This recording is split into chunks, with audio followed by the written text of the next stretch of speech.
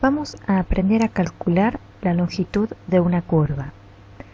La longitud S de una curva suave quiere decir que no tiene picos, ni ángulos, ni cambios bruscos, que tiene recta tangente en todos sus puntos. Esa curva, es decir, también podemos decirla de otra manera, que f de t y g de t, es decir, las funciones componentes, son de clase C1, es decir, las derivadas primeras son continuas, y además agregamos que no sean simultáneamente nulas. Entonces esa longitud se define como el resultado de la integral definida entre a y b de la norma de c' de t, la norma de la derivada de esta curva. ¿Quiénes son a y b? Son los valores del parámetro para los cuales se obtienen los extremos de la curva, cuya longitud queremos calcular. Esta fórmula vale para curvas en R2 y también curvas en R3, ¿sí? Donde tendré tres funciones componentes, las tres tienen que ser de clase C1, y en esta fórmula tendré también la norma de C' de t, que recordamos cómo calcular la norma en la clase C2, en la clase número 2 de esta cursada. Sí, acá tenemos una curva de R3, entonces los extremos C de B y C de A, ¿sí? A y B son los límites de integración que debemos usar. Vamos a ver esto en un ejemplo.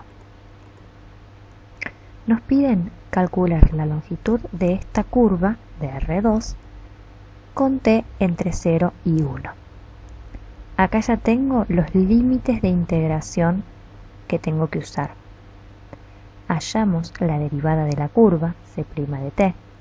La primera componente es 1, la segunda componente la derivo como potencia. Luego hallamos la norma de C' de t.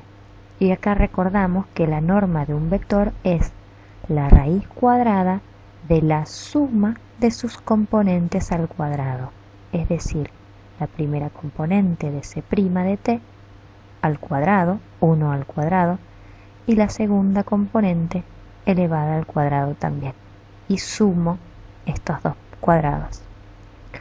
Acomodo un poco, 1 al cuadrado es 1, en este caso hay un producto acá dentro de este paréntesis, entonces esta potencia afecta tanto a la fracción como a la potencia de t.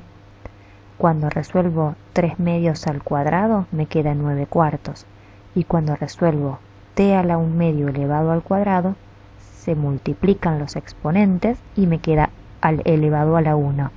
Por eso acá tengo t a la 1. Esta expresión es la norma de C' de t y va a ser la función integranda, lo que tengo que poner adentro de la integral, que voy a resolver entre 0 y 1.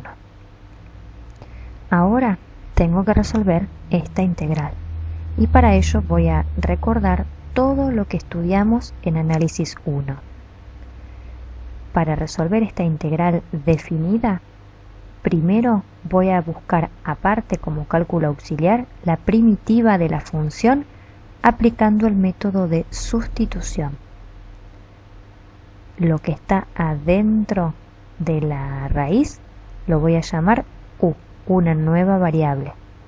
Voy a calcular de u, que es la derivada de esta función, por el diferencial de la variable, por dt. La derivada de esto es 9 cuartos por dt. Y entonces voy a mirar, el último paso lo voy a mostrar más tarde, voy a mirar esta expresión y voy a sustituir, ¿sí? Voy a pasar de la variable t a la nueva variable u. Entonces, adentro de la raíz voy a reemplazar todo esto por u. Me va a quedar en función integranda raíz de u. Y para reemplazar dt voy a usar esta segunda expresión, pero acá tengo dt multiplicado por 9 cuartos. entonces necesito este 9/4 sacarlo de acá y lo paso del otro lado multiplicando por la fracción inversa, ¿sí? En lugar de multiplicar por 9/4, de este lado multiplico por 4/9. Entonces ahora sí estoy preparada para reemplazar dt por ¿quién?